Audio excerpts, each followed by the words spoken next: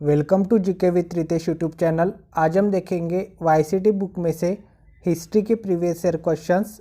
ये सभी questions railway की प्रीवियस ईयर क्वेश्चंस है, तो रेलवे के आने वाले सभी एग्ज़ाम के लिए ये क्वेश्चंस मोस्ट इम्पॉर्टेंट है। आज हम देखेंगे प्राचीन इतिहास के क्वेश्चंस। तो आज का फर्स्ट क्वेश्चन है, सिंधु घाटी सभ्यता वर्ष पुरानी है और दक्षिण में गंगा घाटी के निचले क्षेत्रों व उत्तर में मालवा तक फैली हुई थी। इसका जो सही आंसर है वो है ऑप्शन नंबर सी, 3000 ईसा पूर्व। सिंधु घाटी सभ्यता 3000 ईसा पूर्व वर्ष पुरानी है और दक्षिण में गंगा घाटी के निचले क्षेत्रों व उत्तर में मालवा तक फैली हुई थी। सिंधु घाटी सभ्यता को हड़प्पा सभ्यता भी कहा जाता है। इस सभ्यता का नामकरण हड़प्पा नामक स्थल जहां यह संस्कृति पहली बार खोजी गई थी के नाम पर किया गया है। यह स्थल रावी नदी के तट पर स्थित है। इसकी खोज 1921 ईस्वी में दयाराम साहनी एवं माधव स्वरूप वत्स द्वारा की गई थी। इस हड़प्पा स्थल की वर्तमान भौगोलिक स्थिति पाकिस्तान का मांडगोमरी जिला है। नेक्स्ट क्वेश्चन का विकास 5000 बीसी में मालवा के दक्षिण की ओर एवं उत्तर की ओर गंगा घाटी के पूरे तलहटी क्षेत्र में हुआ। इसका जो सही आंसर है वो ऑप्शन नंबर है, सिंधु घाटी सभ्यता। सिंधु घाटी सभ्यता का विकास 5000 ईसा पूर्व में मालवा के दक्षिण की ओर एवं उत्तर की ओर गंगा घाटी के तलहटी क्षेत्र में हुआ था।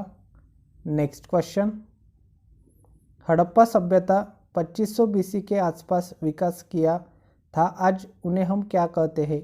इसका जो सही आंसर है वो है ऑप्शन नंबर बी, पश्चिमी भारत और पाकिस्तान।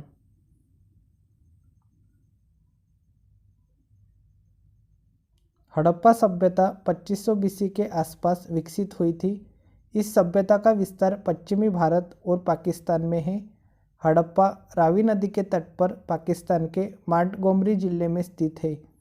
इसकी खोज सन 1921 में दयाराम साहनी एवं माधव स्वरूप वत्स ने की थी। नेक्स्ट क्वेश्चन, भारत का इतिहास सिंधु घाटी सभ्यता के जन्म से शुरू होता है जो लगभग अस्तित्व में आई थी।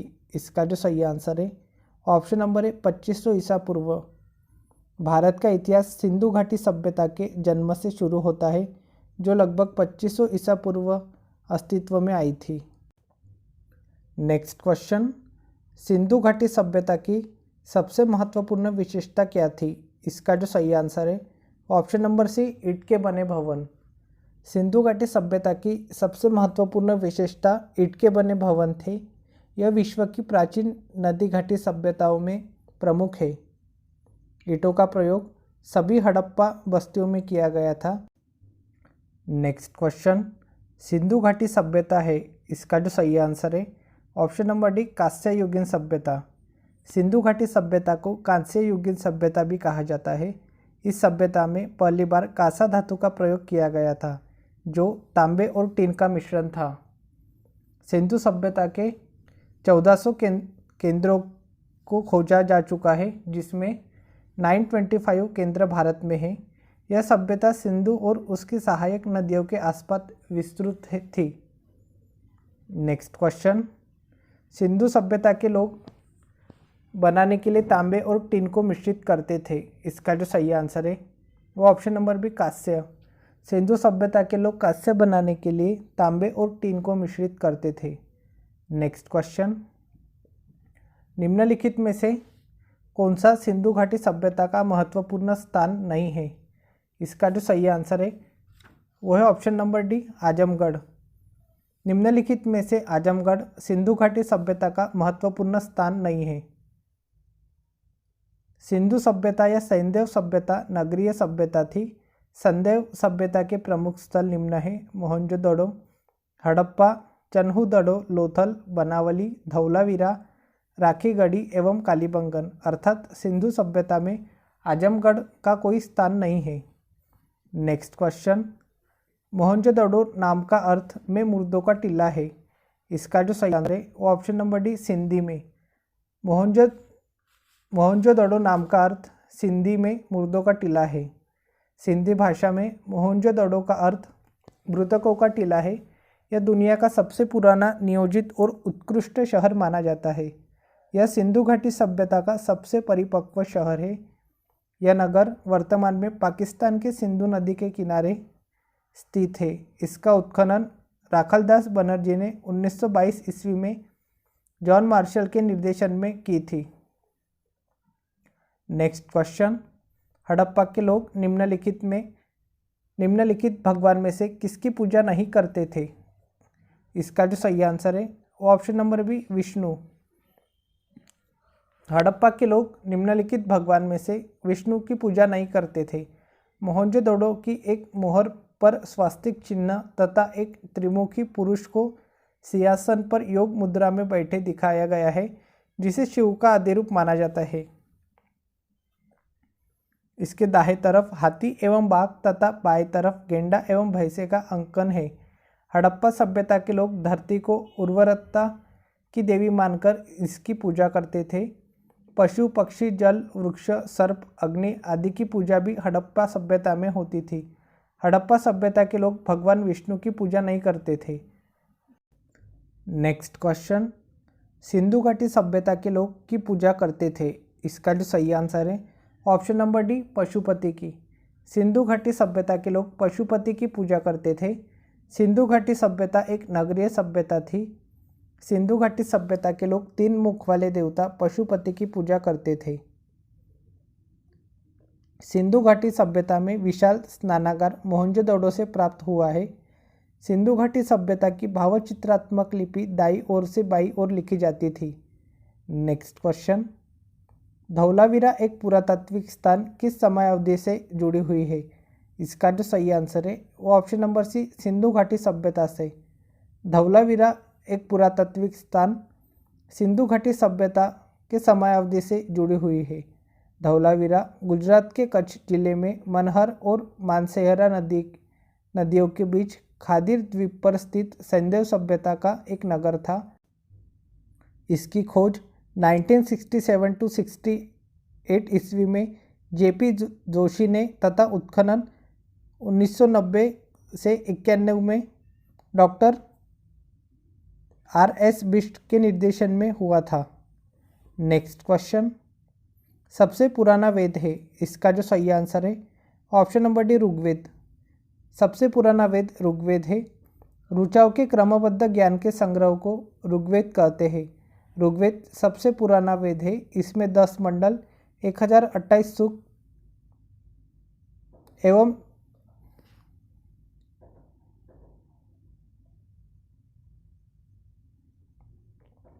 इसमें 10 मंडल 1028 सूक्त वालखिल्य पाठ के 11 सूक्त एवं 10,462 ऋचाएँ हैं।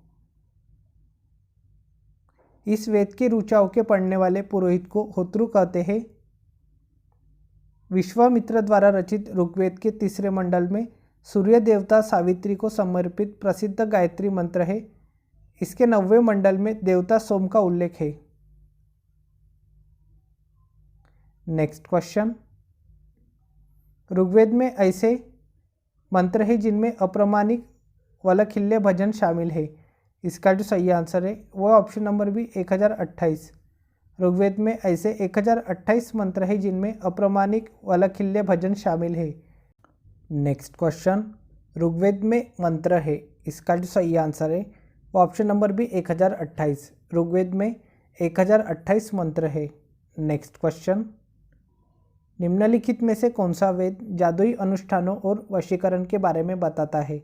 इसका जो सही आंसर है वो ऑप्शन नंबर है, अथर्ववेद। अथर्ववेद जादुई अनुष्ठानों और वशीकरण के बारे में बताता है। अथर्ववेद को ब्रह्मवेद भी कहा जाता है। अथर्व ऋषि के नाम पर इस वेद का नाम अथर्ववेद पड़ा। इसमें 20 अध्याय 730 सूक्त व 5987 मंत्र है।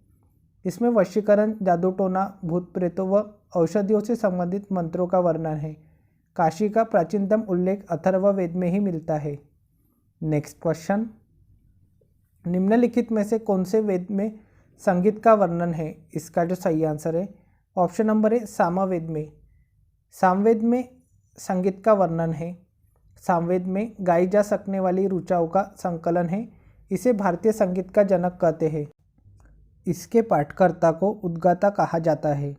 नेक्स्ट क्वेश्चन, यजुर्वेद में यजुर का अर्थ क्या है? इसका जो सही आंसर है ऑप्शन नंबर सी बलिदान। यजुर्वेद में यजुर का अर्थ बलिदान है। यजुर्वेद हिंदू धर्म का एक महत्वपूर्ण श्रुति धर्म ग्रंथ है। इसमें यज्ञ एवं बलि का प्रक्रिया के बारे में बताया गया है। यह हिंदू धर्म के 4 प्रमुख ग्रंथों में से एक है। नेक्स्ट क्वेश्चन, निम्न में से किस वेद में बीमारियों का उपचार दिया गया है? इसका जो सही आंसर है वो ऑप्शन नंबर डी अथर्ववेद में। अथर्ववेद में बीमारियों के उपचार के बारे में बताया गया है। अथर्ववेद में मनुष्यों के सामान्य विचारों तथा अंधविश्वासों का विवरण मिलता है। इसमें विविध विषयों से संबंधित मंत्र तथा रोग निवारण, समन्वय, राजभक्ति, विवाह तथा प्रणय गीतों आदि के विवरण सुरक्षित है। यह अथर्व ऋषि द्वारा रचित है। नेक्स्ट क्वेश्चन, भारत का राष्ट्रीय आदर्श वाक्य सत्यमेव जयते अर्थात सत्य की हमेशा विजय होती है किस प्राचीन भारतीय शास्त्र से उद्धत एक मंत्र है? इसका जो सही आंसर है वो option number B Mundakopanishad. Bharat का राष्ट्रीय आदर्श वाक्य सत्यमेव जयते अर्थात सत्य की हमेशा विजय होती है मुंडकोपनिषद से लिया गया है। यह सम्राट अशोक द्वारा बनवाए गए सिंह स्तंभ सारनाथ से लिया गया है। नेक्स्ट क्वेश्चन, निम्नलिखित में से किस उपनिषद में वसुदेव कुटुंबकम शब्द का उल्लेख किया गया है? इसका जो सही आंसर है वो ऑप्शन नंबर है महाउपनिषद में। महाउपनिषद में वसुदेव कुटुंबकम शब्द का उल्लेख किया गया है। नेक्स्ट क्वेश्चन, उपनिषदों में से उपनिषद मुख्य माने जाते हैं। इसका जो सही आंसर है वो ऑप्शन नंबर है 108 उपनिषदों में से 11 उपनिषद मुख्य माने जाते हैं। उपनिषद ही समस्त भारतीय दर्शन के मूल स्रोत है। इन्हें वेदांत भी कहा जाता है। सत्यमेव जयते भारत का राष्ट्रीय आदर्श वाक्य है जो मुंडक उपनिषद से लिया गया है। भारतीय इतिहास में मुक्ति का उपनिषद में 108 उपनिषदों का उल्लेख मिलता है, लेकिन 11 उपनिषद ही प्रामाणिक है, जिनमें बृहदारण्यक उपनिषद सबसे बड़ा है, मांडुक्योपनिषद सबसे छोटा तथा छांदोग्य उपनिषद सबसे पुराना है। नेक्स्ट क्वेश्चन, सबसे पुराना उपनिषद है। इसका जो सही आंसर है ऑप्शन नंबर बी छांदोग्य उपनिषद। छांदोग्य उपनिषद सबसे पुराना उपनिषद है। नेक्स्ट क्वेश्चन, प्रारंभिक भारतीय दार्शनिक के अनुसार प्रत्येक वस्तु मूल तत्वों से बनी है। इसका जो सही आंसर है ऑप्शन नंबर डी 5। प्रारंभिक भारतीय दार्शनिक के अनुसार प्रत्येक वस्तु 5 मूल तत्वों से बनी है। पंचभूत, पंचतत्व या पंचमहाभूत भारतीय दर्शन में सभी पदार्थों के मूल माने गए हैं। आकाश, वायु, अग्नि, जल तथा पृथ्वी ये 5 महाभूत माने गए हैं, जिनके सृष्टि से प्रत्येक पदार्थ बना है। लेकिन इनसे बने पदार्थ जड़ होते हैं। सजीव बनने के लिए इनको आत्मा चाहिए। आत्मा को वैदिक साहित्य में पुरुष कहा जाता है। सांख्य दर्शन में प्रकृति इन्हीं पंचभूतों से बना माना गया है।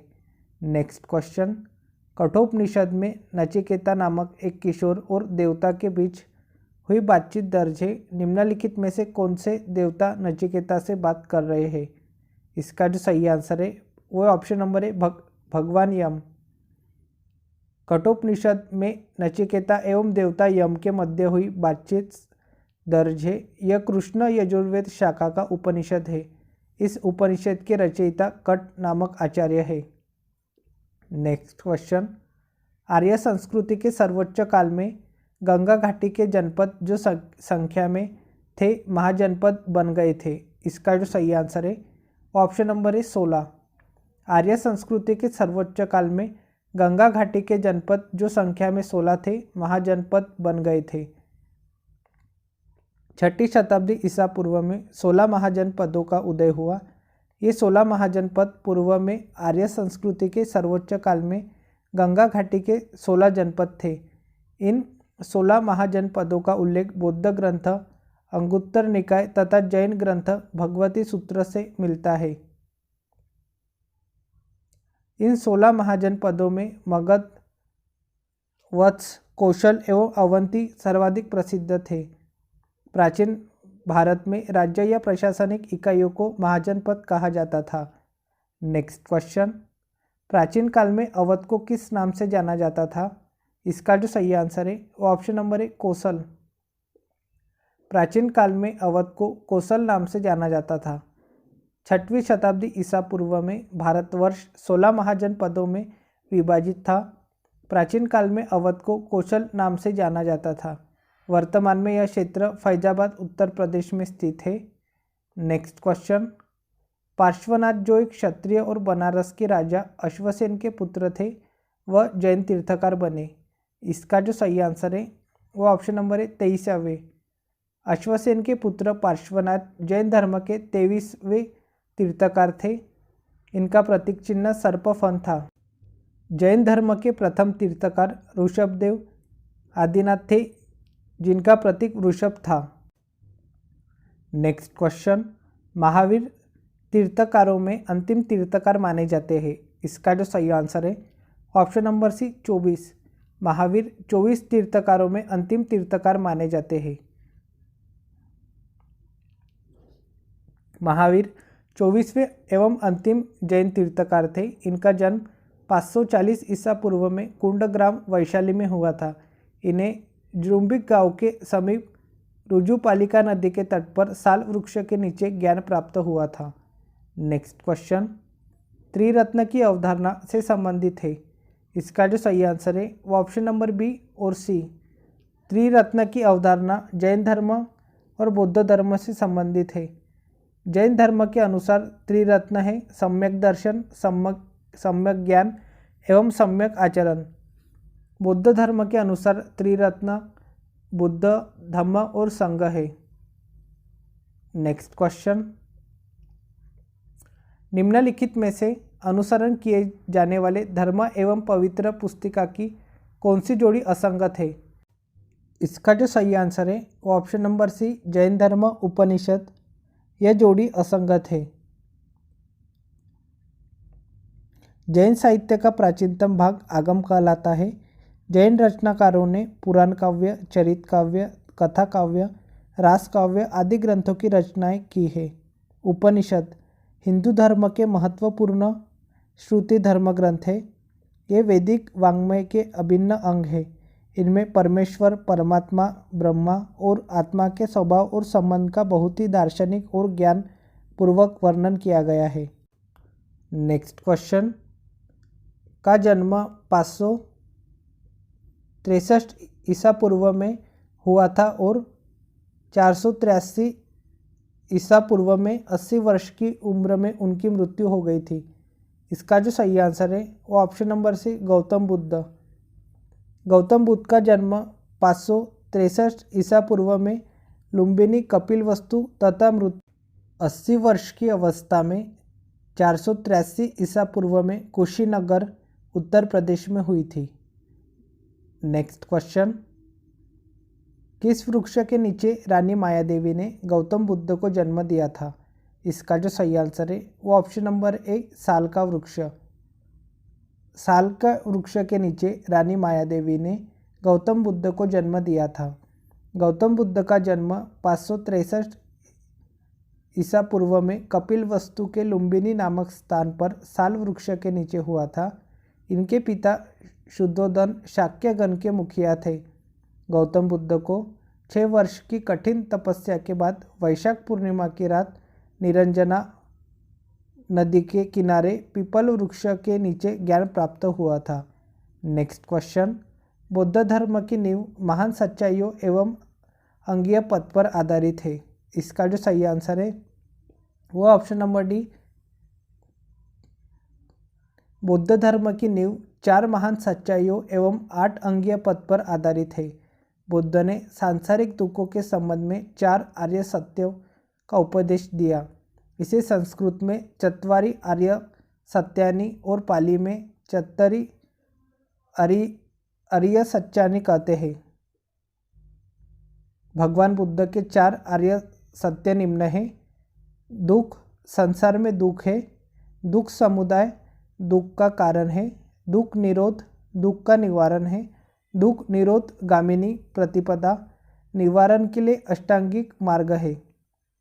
इन सांसारिक दुखों से मुक्ति हेतु बुद्ध ने अष्टांगिक मार्ग का वर्णन किया। यह है सम्यक दृष्टि, सम्यक संकल्प, सम्यक वाक, सम्यक कर्मांत, सम्यक आजीव, सम्यक व्यायाम, सम्यक स्मृति, सम्यक समाधि।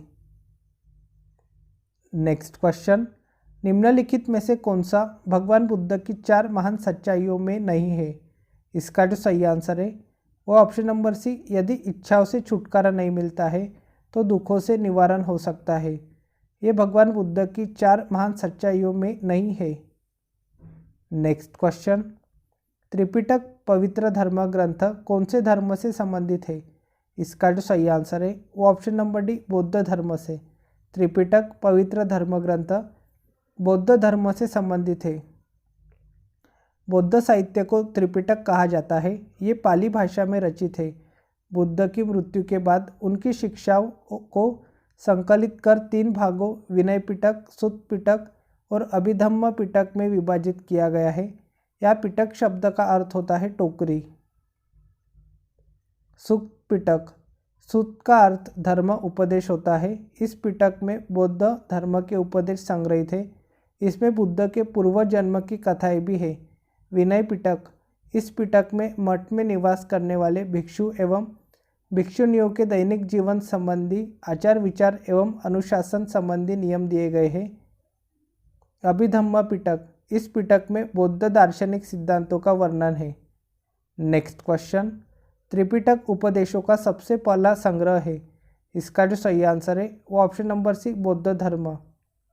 त्रिपिटक बौद्ध धर्म उपदेशों का सबसे पहला संग्रह है। नेक्स्ट क्वेश्चन, गौतम बुद्ध ने अपना प्रथम प्रवचन कहाँ दिया? इसका जो सही आंसर है वो ऑप्शन नंबर बी, सारनाथ में। गौतम बुद्ध ने अपना प्रथम प्रवचन सारनाथ में दिया। सारनाथ वाराणसी से 10 किलोमीटर पूर्वोत्तर में स्थित प्रमुख बौद्ध तीर्थ स्थल है। ज्ञान प्राप्ति के पश्चात भगवान बुद्ध ने अपना प्रथम उपदेश यही दिया था, जिसे धर्मचक्र प्रवर्तन का नाम दिया जाता है और जो बौद्ध मत के प्रचार प्रसार का आरंभ था। यह स्थान बौद्ध धर्म के 4 प्रमुख तीर्थों में से एक है। नेक्स्ट क्वेश्चन, गौतम बुद्ध को ज्ञान कहाँ पर प्राप्त हुआ था? इसका जो सही आंसर है वो ऑप्शन नंबर है, बोध गया में। गौतम बुद्ध को ज्ञान बोध गया में प्राप्त हुआ था। बौद्ध धर्म के प्रवर्तक गौतम बुद्ध का जन्म कपिलवस्तु के समीप लुम्बिनी वन में 563 ईसा पूर्व में हुआ था। इनके पिता शुद्धोधन शाक्यगण के मुखिया थे। इनकी माता महामाया कोलीय वंशीय थी। 35 वर्ष की आयु में उरुवेला बोधगया में बोधि पीपल वृक्ष के नीचे निरंजना नदी के तट पर वैशाख पूर्णिमा के दिन इन्हें ज्ञान प्राप्त हुआ। इसके पश्चात ये बुद्ध कहलाए। बुद्ध ने अपना सर्वाधिक उपदेश कौशल देश की राजधानी श्रावस्ती में दिया। नेक्स्ट क्वेश्चन, बौद्ध ग्रंथों का अध्ययन करने के लिए विजयवाड़ा में कौन सा चीनी विद्वान रहा? इसका जो सही आंसर है वो ऑप्शन नंबर बी, जुआनजांग। बौद्ध ग्रंथों का अध्ययन करने के लिए विजयवाड़ा में जुआनजांग नामक चीनी विद्वान रहता था। चीनी बौद्ध धर्म की चीनी शाखा है। बौद्ध धर्म की परंपराओं ने 2000 वर्षों तक चीनी संस्कृति एवं सभ्यता पर गहरा प्रभाव छोड़ा। यह बौद्ध परंपराएं चीनी कला, राजनीति, साहित्य, दर्शन तथा चिकित्सा में देखी जा सकती है। दुनिया की 65% से अधिक बौद्ध आबादी चीन में रहती है। इन्हीं कारणों से चीन के विद्वान भारत में आकर यहाँ के बौद्ध ग्रंथों का अध्ययन करते थे तथा यहाँ के विचारों एवं मूल्यों को चीन में बौद्ध धर्म के लोग आत्मसात कर लेते थे।